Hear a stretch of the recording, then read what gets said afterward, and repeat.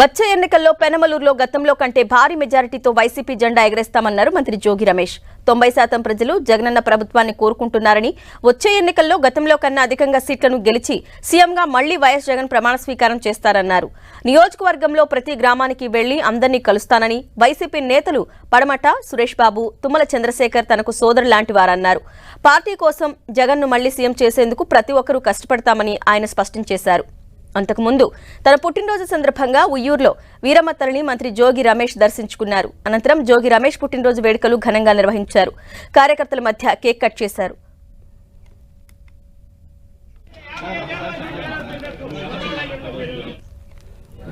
ఆయన ఆదేశాల ప్రకారం తప్పనిసరిగా శక్తి వంచన లేకుండా ఇంతకు ముందు ఉన్న మెజారిటీ కన్నా ఎక్కువ భారీ మెజార్టీతో పెనమలూరు గడ్డ మీద వైఎస్ఆర్ కాంగ్రెస్ పార్టీ జెండా ఫ్యాన్ గుర్తు ఎగరైపోతూ ఉన్నాం.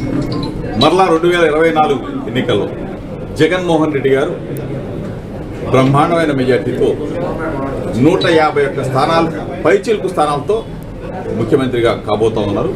ప్రమాణ స్వీకారం కూడా చేయబోతున్నారు. ఇది జనం చెప్తున్న, జనం నుంచి వస్తున్న, ప్రజల గుండెల నుంచి వస్తున్న